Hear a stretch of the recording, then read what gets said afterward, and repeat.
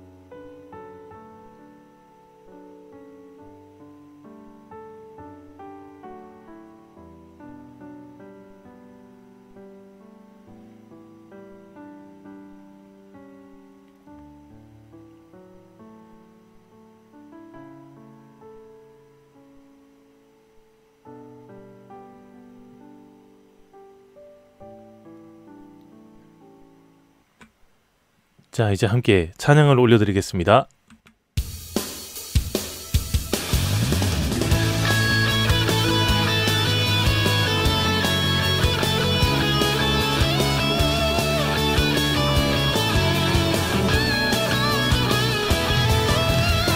내 안에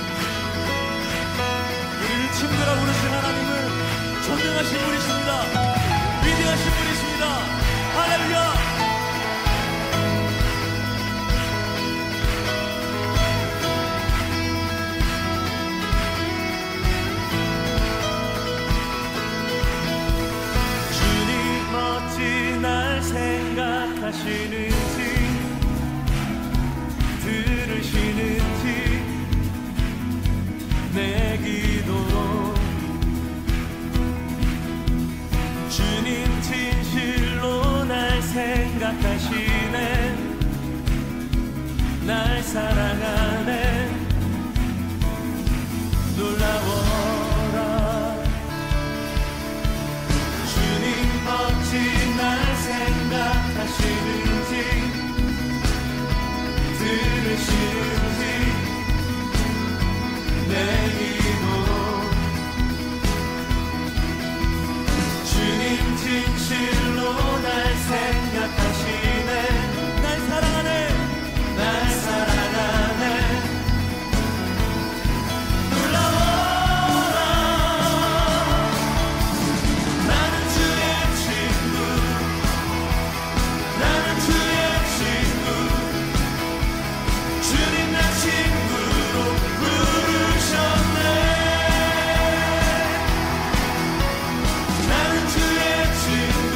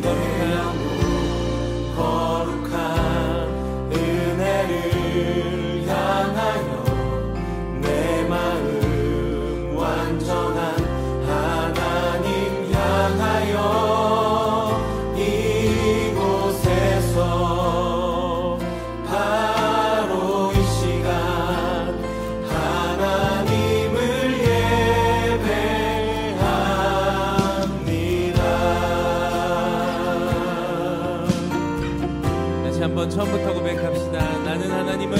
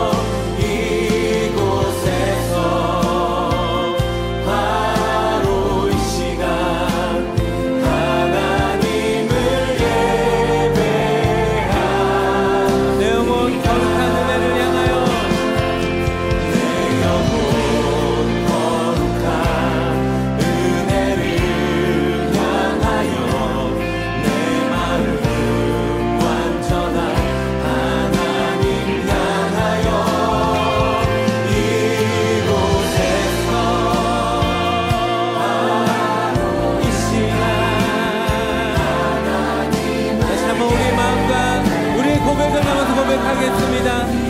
내 영혼 거룩한 은혜를 향하여 내 영혼 거룩한 은혜를 향하여 내 마음 완전한 하나님 향하여 이곳에서 하루 이 시간 하나님을 이제 함께 사도신경으로 우리의 신앙을 고백합니다. 나는 전능하신 아버지 하나님 천지의 창조주를 믿습니다. 나는 그의 유일하신 아들 우리 주 예수 그리스도를 믿습니다. 그는 성령으로 잉태되어 동정녀 마리아에게서 나시고 본디오 빌라도에게 고난을 받아 십자가에 못 박혀 죽으시고 장사된 지 사흘 만에 죽은 자 가운데서 다시 살아나셨으며 하늘에 오르시어 전능하신 아버지 하나님 우편에 앉아 계시다가 거기로부터 살아있는 자와 죽은 자를 심판하러 오십니다. 나는 성령을 믿으며 거룩한 공교회와 성도의 교제와 죄를 용서받는 것과 몸의 부활과 영생을 믿습니다. 아멘. 이제 함께 하나님의 말씀을 살펴볼 텐데요. 오늘 함께 나눌 하나님의 말씀의 제목은 구원을 약속하신 하나님을 믿어요 라는 제목이에요. 자, 구원을 약속하신 하나님에 대해서 우리 함께 말씀을 읽어보겠습니다. 시작.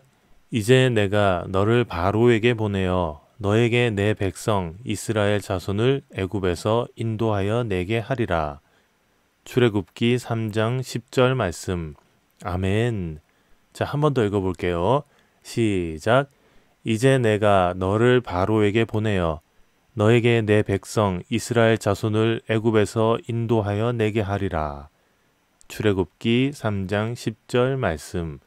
아멘. 자, 이제 하나님의 말씀을 함께 나눠보겠습니다.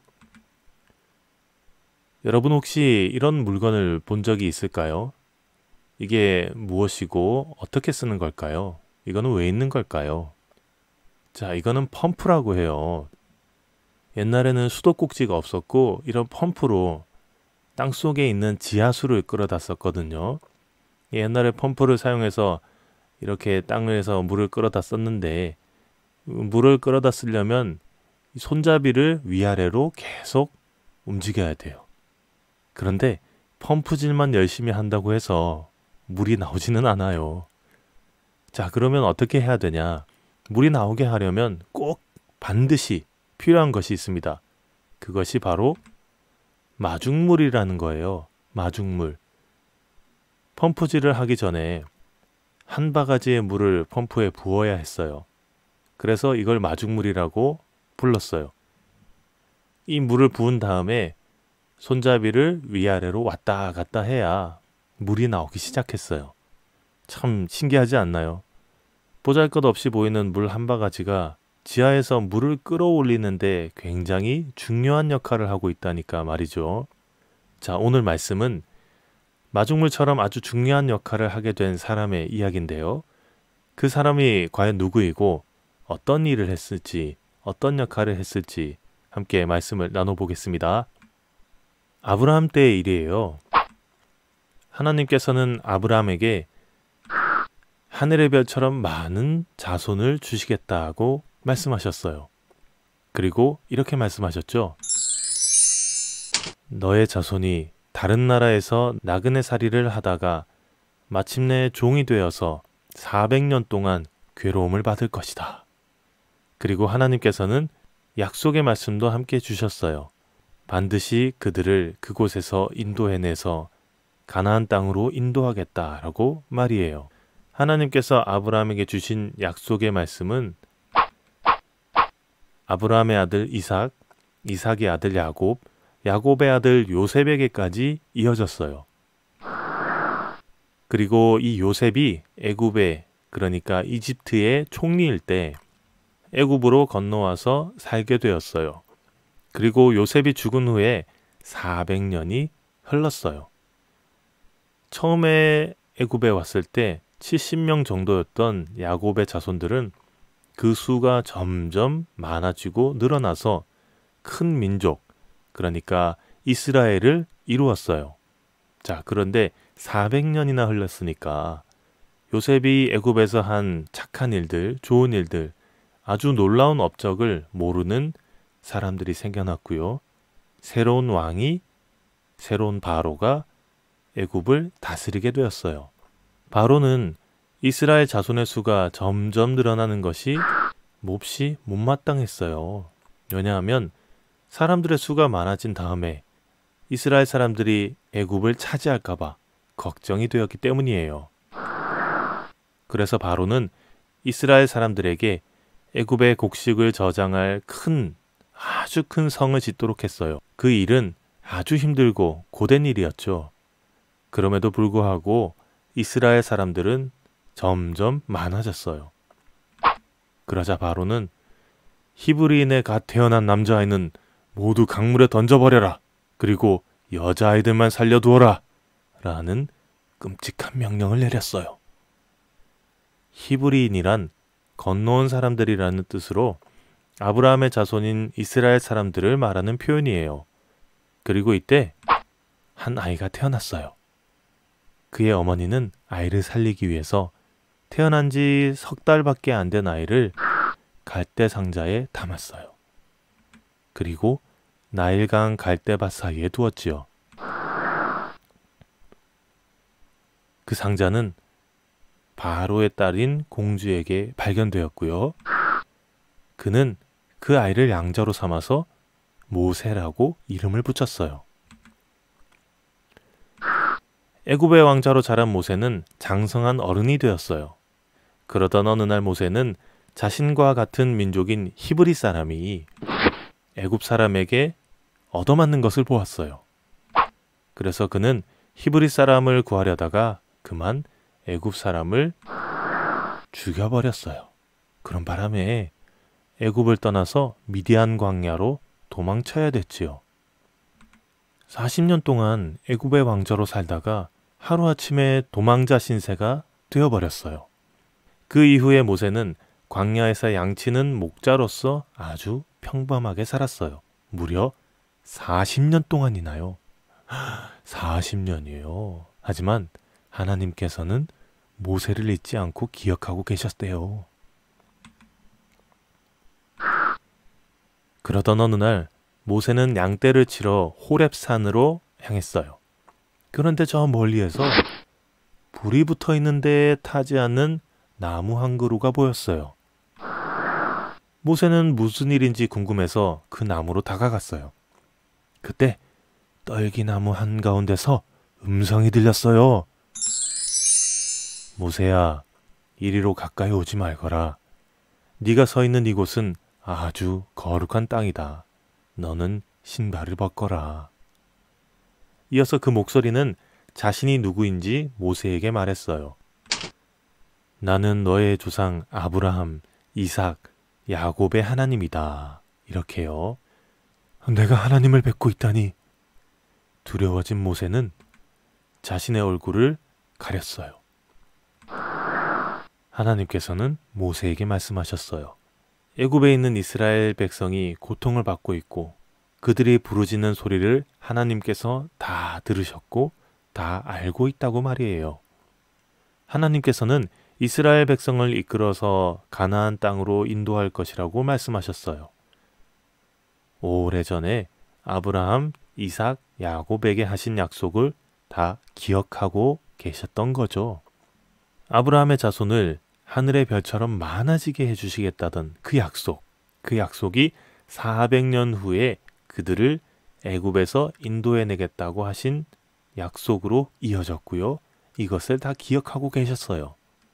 그리고 그 일을 맡길 사람이 필요했는데 바로 그 사람이 모세가 된 거예요. 모세야, 나는 이제 너를 바로에게 보내서 내 백성 이스라엘을 애굽에서 이끌어낼 것이다. 하지만 모세는 광야에서만 40년 동안 생활했죠. 게다가 80세 할아버지가 되었어요. 더 이상 애굽의 왕자도 아니고요. 건강하고 건장한 청년도 아니에요. 하지만 하나님께서 그런 모세를 선택하시고 하나님의 일을 맡기셨어요. 객관적인 조건으로만 보면 모세는 이 일을 할 만한 능력이 있어 보이지는 않았어요.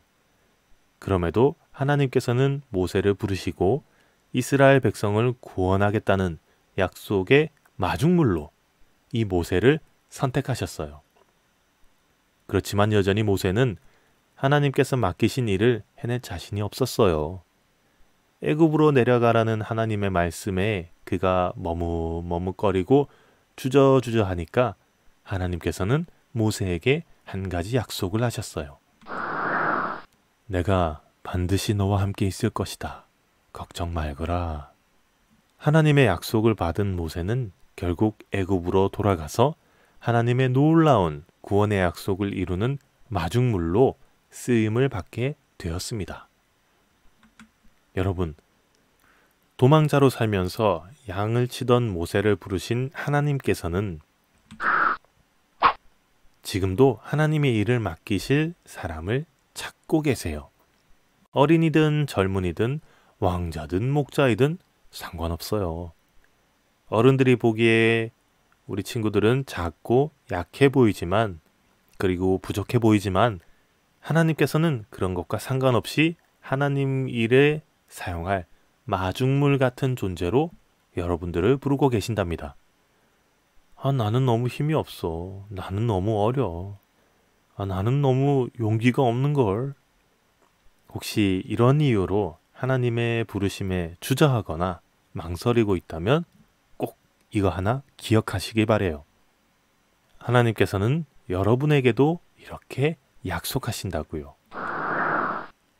내가 반드시 너와 함께 있을 것이다. 이 약속이요.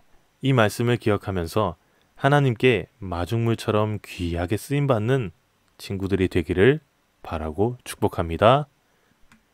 기도합니다. 하나님, 약속을 잊지 않고 이스라엘을 구원하시고 모세를 이끌어 가신 이야기를 들었습니다. 그리고 이 이야기는 지금 우리에게도 계속되고 있습니다. 저희를 하나님의 사람으로 불러주셔서 감사합니다. 모세를 이끄셨던 것처럼 저희도 이끄심을 믿습니다. 하나님의 부르심에 응답하면서 늘 함께 계신 하나님을 만날 수 있게 도와주세요. 예수님의 이름으로 기도합니다. 아멘. 이제 예수님께서 알려주신 주기도문으로 예배를 마치겠습니다. 하늘에 계신 우리의 아버지, 아버지의 이름을 거룩하게 하시며 아버지의 나라가 오게 하시며 아버지의 뜻이 하늘에서와 같이 땅에서도 이루어지게 하소서.